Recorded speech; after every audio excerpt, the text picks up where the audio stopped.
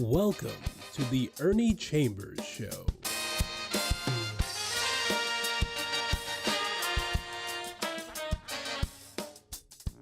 Brothers and sisters, friends, enemies, and neutrals, we're into the home stretch as far as this year of politics.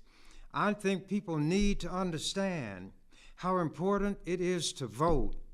It does no good to have regrets after the election and say, I should have gotten out there and I should have voted. Shoulda, woulda, and coulda means nothing. I know that some people are disheartened about politics. They don't like politicians, but if you don't like any of them, you dislike some of them less than you dislike the others. So, go out, and for black people especially, this is a golden opportunity that will come once in a lifetime. Not to elect a black person, that was President Obama. But remember, Trump and his people said that Obama should not be allowed to run because he was not an American. His name, he had mixed parentage, but he was born in America, and he was more American than Trump. Trump has done things that undermine the Constitution, the laws, and he's a liar. How do you know when he's lying? Whenever his lips are moving. He'll tell lies that can be exposed very easily. He was saying that Biden and the federal government and the Democrats were holding up aid to those people in the Florida area where the tornadoes, the typhoons, whatever they call them, are devastating the countryside. Floods, people being without a place to stay. Some are drowning. And Trump, even though the news media will show that he's lying, will lie. He came up with this statement that Haitians, who are black people from Haiti, obviously, in a town in Philadelphia, in Pennsylvania, were eating the neighbors' cats and dogs. The mayor and all of the public officials were outraged. They said, this is a lie. First of all, in that town, they were just beginning to be a manufacturing entity, and they didn't have enough workers. When the Haitians came, and they're here legally, they saved the economy of that city. They have started businesses of their own. They are not criminals. They are model citizens, but Trump can tell any lie he wants to, and these white people swallow it. And now we've got some Negroes. That's what I call these so-called black men who think that Trump is going to do something for them, and he turns his back and betrays his own white people. What is there that any young black man has that Trump wants other than a vote? He was president 4 years. He was as racist could be. Nobody could run for office and be taken seriously who had sexual misconduct, convictions in court. He's been convicted running for president. And these young Negroes running around talking about he's a great guy and they're going to vote for him. And the idiotic white people, they know better. Not only that, there are records of him having hired black people when he had a little money. He's broke now. He wouldn't pay them. We have been fools, and we need to open our eyes. We need to clear our nostrils, and as they say, smell the coffee.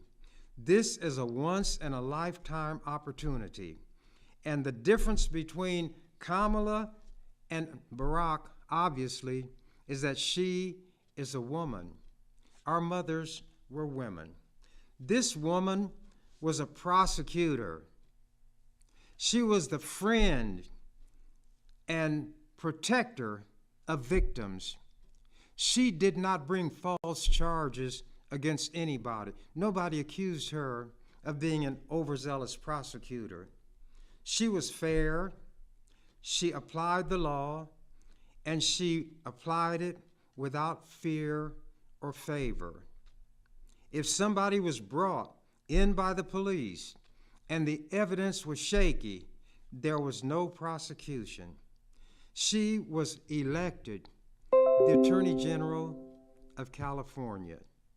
She was in the U.S. Senate.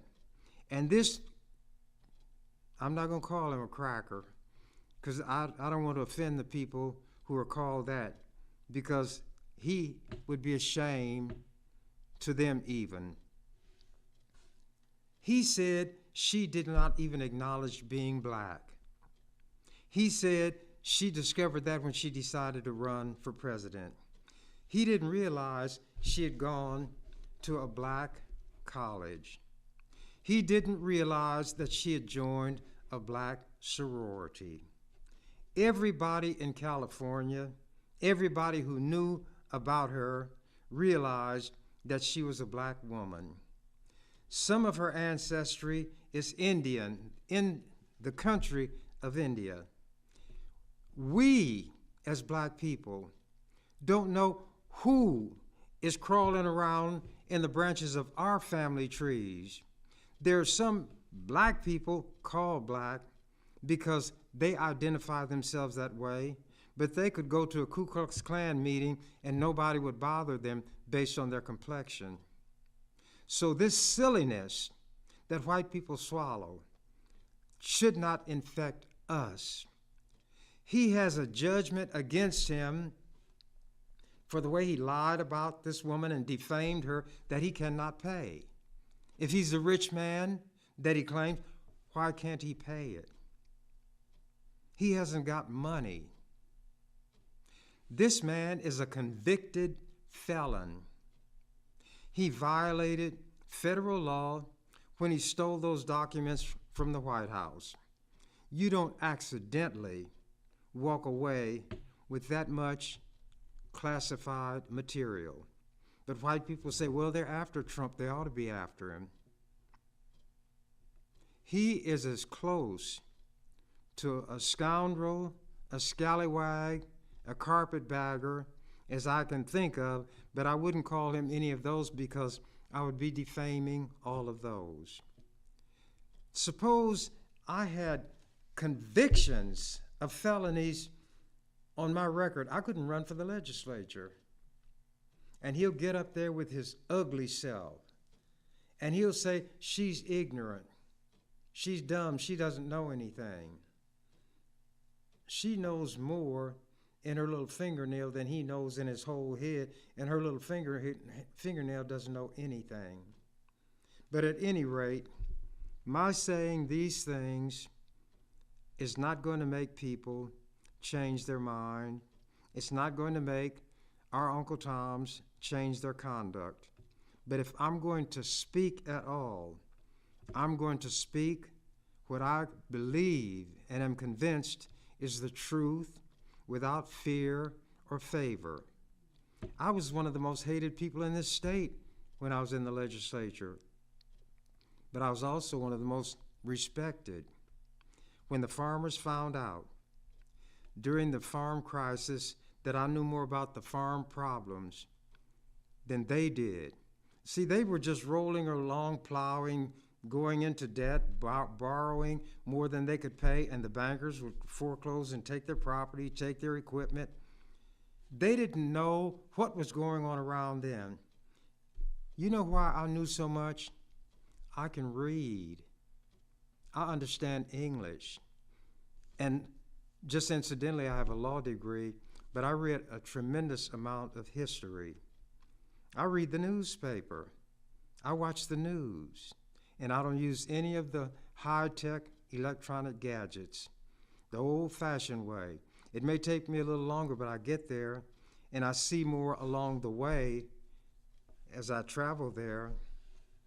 And people develop a fear of me. Not because I'm going to give somebody a knuckle sandwich.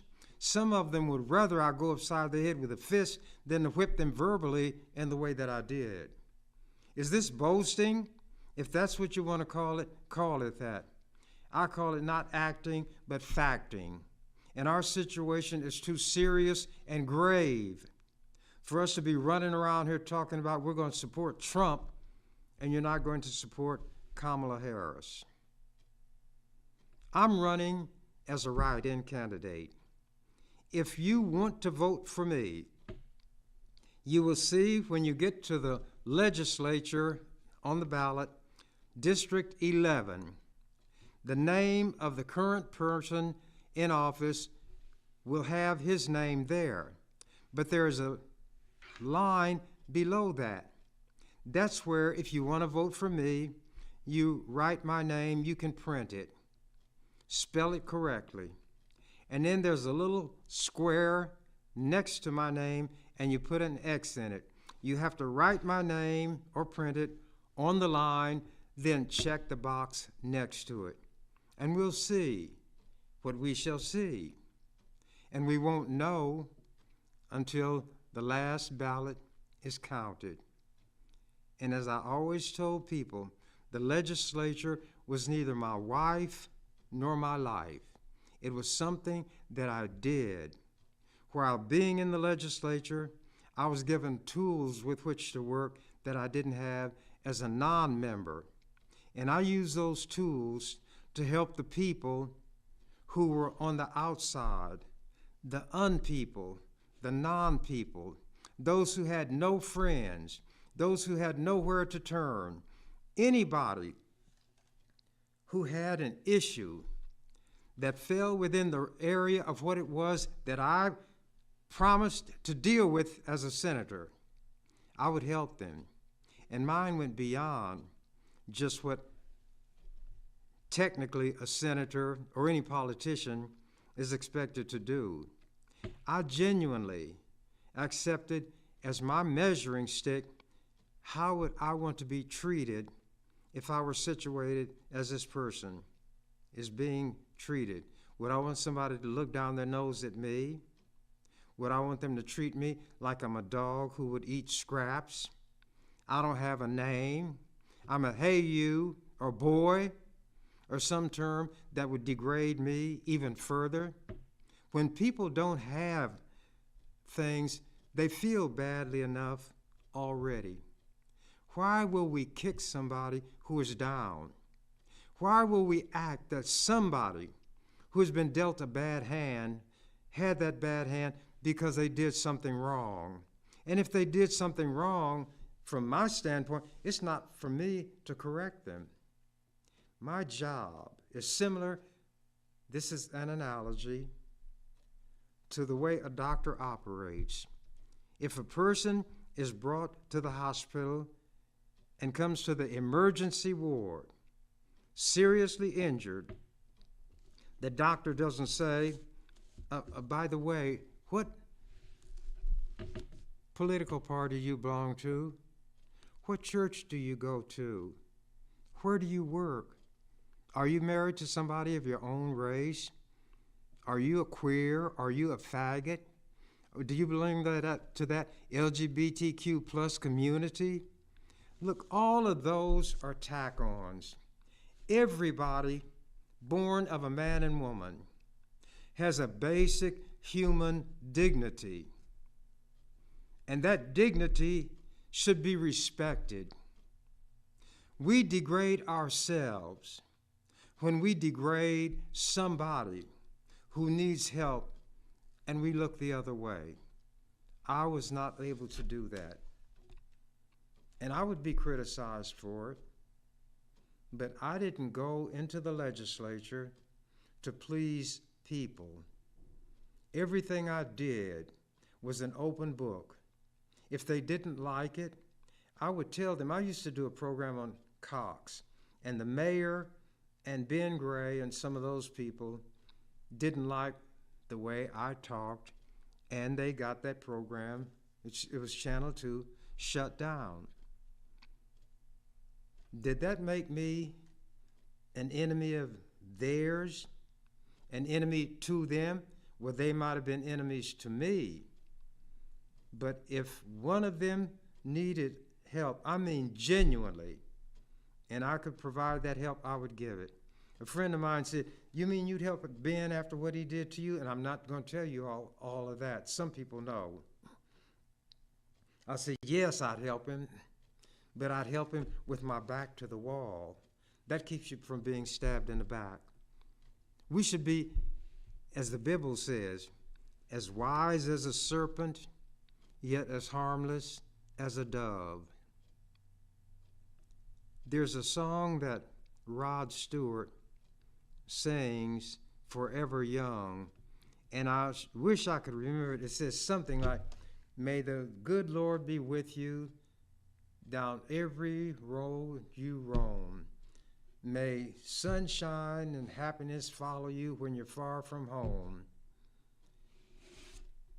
And anyway, he's telling this person to do unto others as you would have done to you. And whatever road you choose, I'm right behind you, win or you lose. Forever young, forever young, forever young. We know how we want to be treated. And when you've done the best that you can, that's when you, as I term it for myself, I can lay my head on my pillow at night and sleep the sleep of the just. If somebody says I'm an easy mark, I'm a fool, they can say whatever they want to. Words don't mean much to me. What other people think doesn't mean much to me. I do not do what I do to please people. I do what I do to please me. Now, and then I'm going to read a couple of things. There was a woman named Moms Mabley. She was a comedian, one of the funniest people I ever saw in my life. She'd wear these long house dresses or house coats, had combat boots, and she talked like she got something stuck in her throat all the time. She said, I went to this crazy house, and I saw all these crazy people around there, and I was getting ready to go up the stairs, and this old crazy man moved aside, excuse me, so I could go by. And then when I came back down, he's still there. So he said, hey, come over here.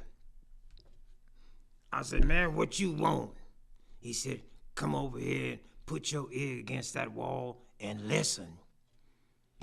And make sure he didn't do nothing to me because he crazy. I put my ear against the wall, and I said, man, I don't hear nothing. And he looked at me and he said, and it been like that all day. And she had a way of bringing things that would have a deeper message than just what she was saying, but she was hilarious. Now, I said I'm going to have something to read, maybe a couple of things, but let me start, because people ask me what I ever did while I was in the legislature. They obviously didn't read the newspaper, but this is a resolution that the legislature adopted after I left the last time, and this is what it says. Whereas Senator Ernie Chambers concluded his very distinguished career in the Nebraska unicameral legislature on January 6, 2021, and whereas Senator Ernie Chambers was first elected to the legislature in 1970 and has served continuously since then with one constitutionally imposed 4-year hiatus. That's the 4 years I had to sit out because of term limits. And whereas Senator Chambers has represented Legislative District Number 11 honestly, fearlessly, and well. And whereas Senator Ernie Chambers is the longest-serving state senator in Nebraska history, and nobody can equal that now because of term limits. And whereas Senator Ernie Chambers has enacted more meaningful, just, and compassionate laws than any resolution under 100 pages in length could possibly record. And whereas Senator Chambers authored many important bills, including bills which abolished the death penalty, required district elections at the county, city, and school board level, divested or made the state drop Nebraska investments from the apartheid government in South Africa, returned Native American artifacts held by the state of Nebraska to the Native American people, restored family rights through the Nebraska Indian Child Welfare Act, established a DNA new trial right that didn't exist, that helped to free and exonerate the Beatrice Six. They were convicted of first-degree murder and they were innocent. Established the learning community to help eliminate disparity in public education resources and protected the environment and wildlife living in Nebraska. If you want to see a concrete example of what my work for the learning community did, go down to 24th and Franklin on the southwest corner, and you'll see that structure. People don't know that I did all of these things because I didn't say it. A lot of people don't read the newspaper, but let me continue. He helped eliminate disparities in public education resources. The rich white schools were better taken care of than ours, and protected the environment and wildlife living in Nebraska, and established a publicly funded and medically approved diet for kids on welfare. You know why I did that? A lady called me and her little boy was sick. And she said, he stays sick because I don't have enough money to buy good food, so he eats a lot of beans and macaroni and spaghetti and things that I can get a lot of with the little money I have, but they make him sicker. When the legislature broke for noon, I went to the governor and I told him about this. And I said, I'm going to do something. And he said, well, what do you want to do, Ernie? We were on a first name basis. Guy's name was Exon. I said, we have to make sure that when families are in this situation, the little money they get to buy food is going to get food other than that kind that will make the child sicker. Starches and other unhealthful substances. He said, if you get that bill to my desk this session, I will sign it. I don't let grass grow under my feet. I didn't just do the research, I didn't have time. I talked to medical people. They indicated the kind of foods that sick children, like this little boy was, would need essentially. That means necessarily. It's not something that's like a treat. And I got the bill drafted. I got some technical assistance, and I got it to the governor's desk, and he signed it. People don't even know that. And some of them may have a child or know somebody with a child who benefited from it. But when I got these bills done, I would go to the next thing and not talk about it. I'd even forgotten about that. But let me continue. Whereas Senator Ernie Chambers set a standard for honest, fearless, selfless, intelligent, and informed public service that will inspire future generations and teach such generations how to serve and preserve our democratic state. Now, that might not include any of the people living now, but I'm in history books, whether you know it or not just in Nebraska, but in other parts of the country. In the 4th grade history book that's used in this state, I'm in it. What I did to get this state to take its money out of companies that invest in South Africa, and other legislators saw what I did, black ones, they did the same thing.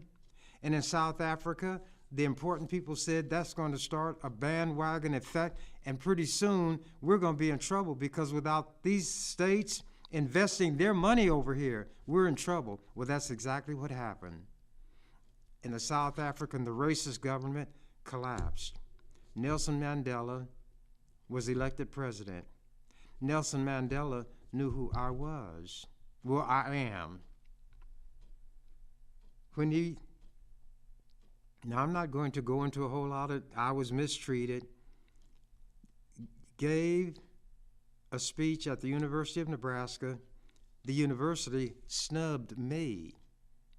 I was not invited because I was fighting against the university because of the way they discriminated against black students. I got a scholarship that would apply to needy black students. Then the white people, when they found out about it, there was a professor, he said, we shouldn't have this. So they got a constitutional amendment that said there could not be what they call affirmative action. Now, being less than 10% of the population, how many jobs are black people who are discriminated against going to take from white people? That's what happens. I'm aware of these things, and I'd be down there fighting alone. Ministers didn't come. Teachers didn't come. The public hours didn't come, even if they knew they didn't have a way to get there. But that's why they sent me.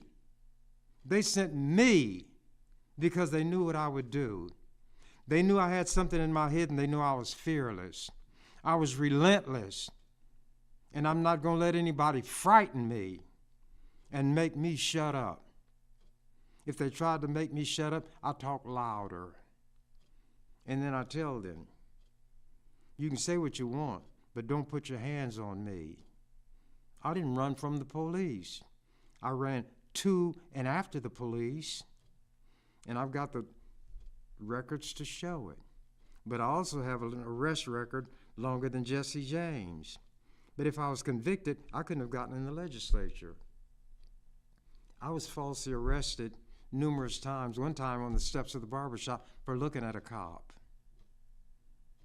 And I've got the record to prove it. That went to trial. The judge dismissed it. But that's just some of what I went through.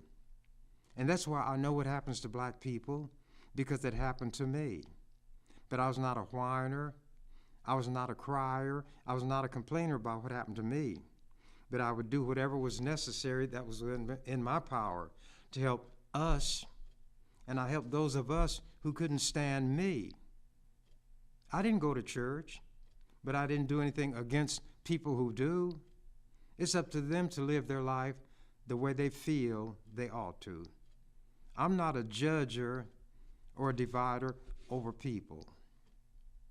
But I know what I promised to do when I gave that promise when I first got in the legislature, and I did it better than anybody else.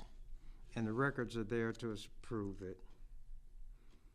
One lobbyist was so impressed with the things that I said. Every word that we speak in debate is recorded and then typed. He had, with his own money, every word that I said during a given session of the legislature. He got all of the transcriptions of the debates in which I participated and had a book published. He said, something ought to be out there if the public wants it, that will show how many issues you discussed, how prepared you were, how you ran rings around them with their own rule book. I got judges disciplined when they violated their own ethics because I knew more about their ethics than they did because I read the law that set out their ethics. I wasn't down there with cap pistols or an unloaded gun, just to use an example that people who are crazy about guns would understand. But with me, they feared my loaded brain more than they did a loaded gun. They wished that I would have come against them with a gun. But let me continue here. Paul, who wrote things in the Bible, had talked about boasting, and he said, well, let me boast. And then he began to talk about the things he had done. This is what is a matter of public record forever. Whereas Senator Ernie Chambers set a standard of honest, fearless, selfless, intelligent, and informed public service that will inspire future generations and teach such generations how to serve and preserve our democratic state. And whereas Senator Ernie Chambers personified principle that, quote, the salvation of the state is watchfulness in the citizen, unquote. And whereas Senator Ernie Chambers now returns to the realm of private citizenship, having made an inestimable contribution to our community, state, and nation, and to the world. Now therefore be it resolved by the members of the 107th Legislature of Nebraska, first session, 1, that the legislature thanks Senator Ernie Chambers for his service to the legislature in the state of Nebraska and congratulates him on his incredible career of public service to the people of this state, and that a copy of this resolution be delivered to Senator Ernie Chambers. Now, I had nothing to do with writing that. Here is something which you cannot see, but what it says is, Chambers, legislature's King Cobra. And here's what I wrote, a little rhyme about the legislators. They fear the cobra and also me. They need not fear either when letting us be. Then here's something that says in a paragraph. It's an editorial from the Lincoln Journal-Star. Chambers rewrote the system. The book on Senator Ernie Chambers' achievements in changing state laws has a plenitude of entries. Few, though, will exceed Chambers' successful championing of district elections against potent establishment resistance for all members of the Omaha City Council, the Omaha Board of Education, and the Douglas County Board. All were elected at large BC before Chambers. None are to be that way now. The Journal, that's the Lincoln Journal-Star in Lincoln, the Journal's opinion remains that a combination at-large and district mix is a better overall system for jurisdictions. So even though I did it in a way that they would not have preferred, they could see the value of what I did. This is an editorial, Sprint Answers Call. This was written in the Lincoln Star paper from 1995.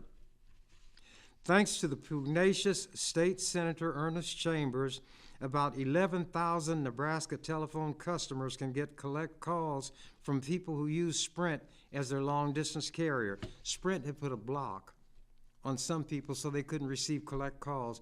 In other words, people could have a child away at school, couldn't call home collect because Sprint had blocked their phones.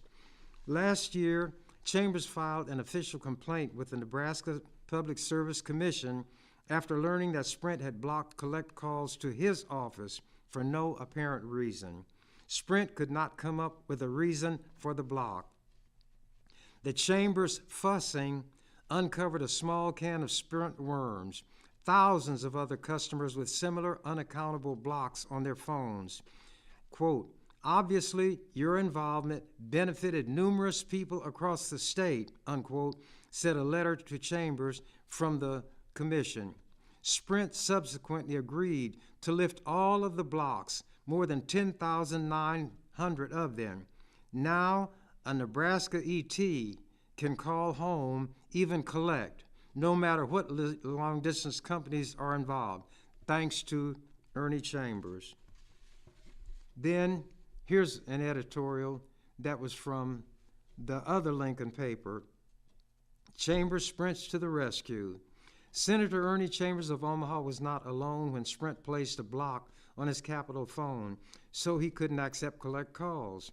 After Chambers objected, the State Public Service Commission asked how many other blocks Sprint had placed on the phones of unwitting customers for no reason. The answer, nearly 11,000. Yet another example of how Chambers helps the little guy. And some people in this community of mine say, what did you ever do? They don't read the paper. Get this, my brothers and sisters, friends, enemies, and neutrals.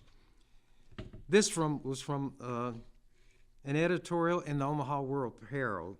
Chambers to stay at Capitol in name. State Senator Ernie Chambers of Omaha will be leaving the Nebraska Legislature soon, but a remembrance of him will remain in the Capitol. The hearing room where he spent much of his 38-year legislative career was renamed Wednesday for him. I'm the only living person who ever had anything named after him or her in that Capitol building, the only one. A standing room only crowd filled the Judiciary Committee hearing room, now the Ernie Chambers hearing room, for a ceremony to honor Chambers and to unveil a new name plaque above the entrance. Quote, "This is not the fanciest committee hearing room in the state capitol," said Speaker Mike Flood of Norfolk, who is now a member of the U.S. House of Representatives. "But it's where Senator Chambers has done a lifetime of work, and his work has shaped the laws of this state and shaped the lives of Nebraskans."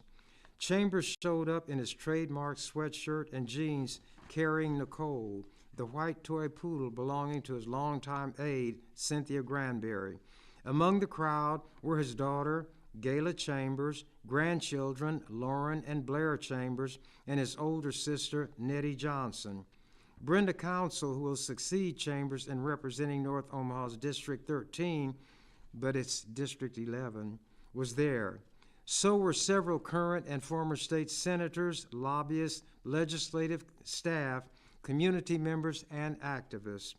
Leila Shanks, a civil rights and anti-death penalty activist from Lincoln, listed some of Chambers' accomplishments. The most recent was the exoneration of 6 people convicted in a Beatrice woman's murder and rape. They were cleared because of a law Chambers sponsored that requires the state to test DNA evidence if it was unavailable at the time of a trial and could exonerate a defendant. Quote, "He has dedicated his life to the issues that affect the daily lives, the very living conditions of the downtrodden, the underdog, the disenfranchised, the helpless, the voiceless," she said. "He has sometimes seemed like a voice crying in the wilderness, but he never gave up," unquote. Our president-elect, Barack Obama, surely stands on the shoulders of the likes of Ernie Chambers, she said further. Term limits for forced retirement for the state's longest-serving senator. He won election last week to the Learning Community Council, where he will help oversee the implementation of an educational effort he helped to craft. Something else. Now, here's something that I get a kick out of. This was from the Lincoln Journal-Star in 2013. Chambers is legislative rock star. I may have read this before, but I have fun reading it. The Omaha senator came down the stairs, headed for his office during the lunch recess, and ran headlong into a clump of young admirers. It quickly turned into a squealing mob scene of elementary school students from St. Wenceslaus School in West Omaha, all surrounding Senator Ernie Chambers, posing for pictures with him, uniformed Catholic young ones chanting his name, "Ernie, Ernie, Ernie." One boy reportedly endorsed him for Pope. Not sure what touched off the aggregate adoration, but who, we ask, needs a rock star when you have the popular politician from North O? I didn't know those kids in West Omaha would think that about me, but you never know. So just be yourself. Trust your judgment. Don't let other people make decisions for you about your life and what you ought to do. Let it be where at night, when all is still, there may even be a little chill in the air, and you don't want that chill to run down your spine because you were spineless when you should have been stiff of spine, standing tall, and saying or do something that you knew you should have, but you didn't. But because you didn't stand up today doesn't mean you cannot overcome that and with resolve stand up tomorrow. Try to live each day in such a way that you can look at your own self. We all will have regrets on many occasions, but we don't have to live a regretful life. If we made an honest mistake, we can correct it. Nothing's wrong with having made a mistake. See, there's a difference between a mistake, which is an accidental misstep, and doing something intentionally. But even when you've done something intentionally to hurt somebody, you can go back and try to make amends. That's what being a human being should be. We don't act instinctually or from instinct like an animal. Excuse me. A lion will growl. A mouse will squeak. A bumblebee will buzz and sting. We are not locked in that way. We know when we've done something that we ought not to have done. We know when there's something we need to do. And that's how we ought to live our life. And I have many other things here that I could read. And there are things written about what I've done from people in other states. I was in a movie called A Time for Burning that was made by the Lutheran Church. And it sold, I don't know how many hundred thousands of dollars worth of discs showing it, but there were editorials written about it all over the country, even some in Europe. And there was a scene in it with me and a preacher, and I stripped him, not to humiliate him, but he came to the shop, and I was honest with him. And if that scene were excised from that movie, there'd be no movie. It was nominated for an Oscar. I was invited to a ceremony and posed with this huge statue, gold-plated, I'm sure it wasn't gold, of Oscar, the little thing that they give people. And the reason I went was because the minister was going to be there. He subsequently died, and he was not an old guy. There is a group, I forget what they're called, and I've got it down here, but I don't have time to read it. And they wrote a song and put it on a disc and named the disc after something that I had done when I sued God. And people ask, why would I do that? Oh, here it is. Seattle, and I'm gonna run out of time.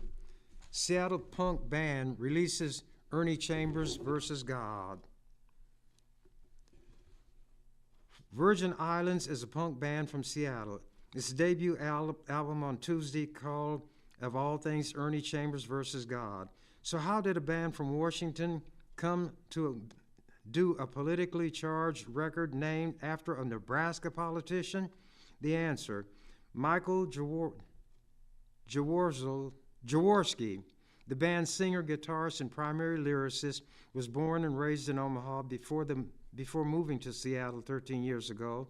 He's not lost his connection to his home state, nor his admiration for Chambers. Quote, Ernie Chambers is such an inspirational figure, Jaworski said.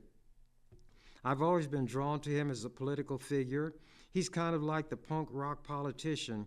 He sticks up for people who don't have a voice. He's trying to make the world a better place in his eyes. I happen to agree with his approach. Virgin Island was formed, then it tells how they were formed, and they said that it had nothing to do with the lawsuit itself. That lawsuit was part of the inspiration, said Jaworski. There's a lot of frustration with the status quo. The right, meaning politicians, is getting more radical, and the left isn't as strong as it should be. Politicians aren't looking out for the best interests of the people. That's something Ernie has done over the years. It's definitely not a concept record or biographical piece about Ernie Chambers, but he had a lot to do with the thinking that's on it. Ernie Chambers versus God isn't just a political album. There's some cathartic punk releases among the 10 tracks that has nothing to do with any issue. And then he goes on to mention that he wasn't concerned about that lawsuit that I filed. He said people can dance to it. But he hopes Chambers appreciates its intent and might want to check out a show if Virgin Islands makes it to Nebraska later this summer. Until then, Ernie Chambers versus God is available at Homer's Music and these other places. So I have influenced other people by the way that I conduct myself, and they do not see things the way that I see them. They may not even agree with what I say and what I do, but they like the integrity that they perceive in me. And that's what I would like to have, and it's what I would offer everybody. And if you write my name in and send me back to the legislature, then I assure you, you're going to get the same quality of work that I had given for 46 years, longer than anybody else. And they say that I'm a cinch to enter the Nebraska Hall of Fame, but I won't know anything about that because you're not even eligible until 15 years after you've croaked. As the canary said when he found out that the door to his cage was unlocked, I'm out of here. You've been watching The Ernie Chambers Show. If you'd like to leave suggestions, email us at ewcfacts@gmail.com. That's ewcfacts@gmail.com. This is an EWC Communication production.